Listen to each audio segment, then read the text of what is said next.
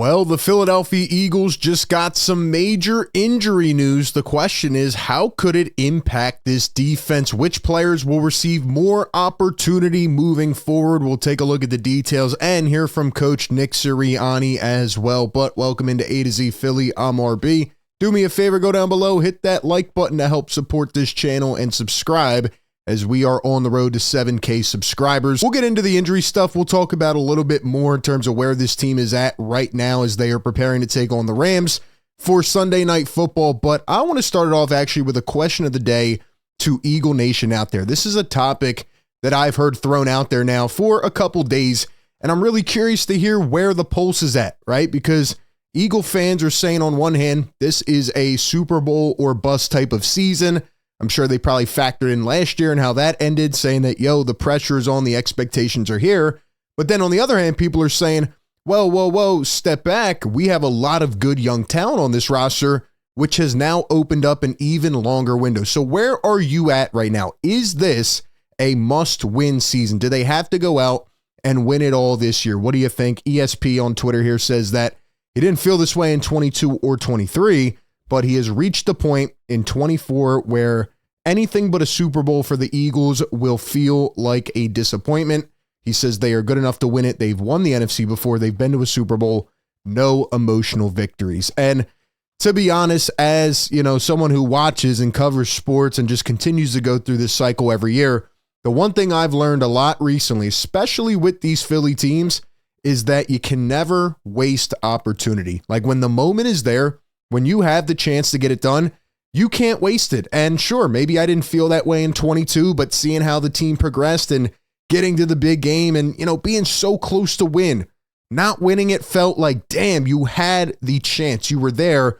But of course, we thought they were going to get back, right? Because they were so talented. And we just saw a flat out example in front of our face where they crumpled last season, right? And it felt like they were never getting back to the point they wanted to get to, especially with the way they started this season. So I think I would lean more on the scale towards they have to get it done. Every year is a must win. You never know what could come up. You never know what player could fall off the cliff. You never know what could happen in the locker room or with a coach. So I think right now, based on where this team is at, based on the progressions they have made, yes, they are good enough to go out there and get it done. Also, got to give another shout out to our guy, Quinyon Mitchell.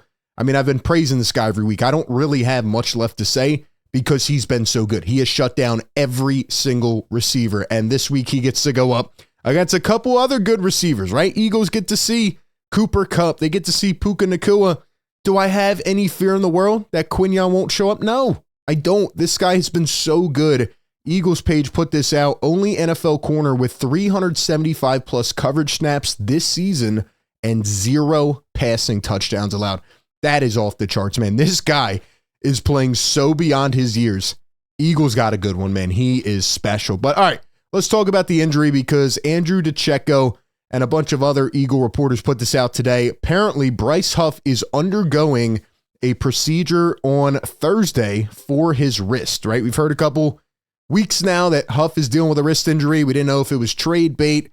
Whatever the case is, they are confirming that he has a serious wrist injury. And it says that having played through the injury the past 2 weeks with a cast, the procedure affords Huff the best opportunity to return for the stretch run late in the season. So who knows if he's going to be back? Who knows if he's not going to be back? Will we see him? I mean, he hasn't even played that many snaps. When we go look at the Eagles snap count here, I mean, this is a guy you paid 3 years, $51 million to come in here and be a primetime impact player, and he just has not been that. Now, do want to give him a little bit of credit. Last couple weeks, he has stepped up as this defense continues to strengthen and tighten up. They have been so good in every margin. Right now, in case you don't know, they are the #1 defense in the NFL, which is just remarkable. Credit to Vic Fangio, the rest of the staff, and the players. But Bryce Huff, as you see right here, has only played 36% of the snaps this season, and he has been leaped by guys like Nolan Smith, Josh Sweat, of course, even Moro Jomo's right under that 35 or right above that 35% mark. A lot of other Eagle players have come in and seen the field more than Bryce Huff this season, which of course is alarming, especially on the first year of a deal. You got to hope he can regain his confidence and get it back, and that last year was not a one-year wonder. But, just limiting him to, say, third downs and pass rushing plays, it has been a good decision by Vic Fangio. And I like the fact that they're not just going based off the hierarchy of, okay, this player makes X amount, he's going to be on the field the most. No, they're going out there and putting out the best players who give you the best chance to win. So anyway, Bryce Huff is now out with an injury, and he might not return. We've already seen other guys start to emerge, but who could be the next one up? Well, Nolan Smith has had a remarkable season. I think he's actually been one of the most underrated defensive impact pieces for this team, not only in pass rush, but he's been a huge run stopper as well. And today, Nick Sirianni talked about Nolan Smith, saying he is, quote, a big-time contributor for the Eagles, having to bide his time as a rookie. Last year, he says, quote, he's one of the toughest guys on our football team. He plays as hard as anybody in the National Football League. Tell you what, man, Nolan Smith, for being a little bit undersized, I mean, you could see that Georgia mentality. He comes out and he hits you every time. Obviously, Nolan Smith has been great in the run, like I just said, but how about even in the pass rush as well? I mean, Nolan Smith is tied for second on this team in sacks. They don't have an elite pass rush, and they play this bend but don't break philosophy, but Nolan Smith has done a good job of getting to the quarterback almost more than anybody on the squad, right?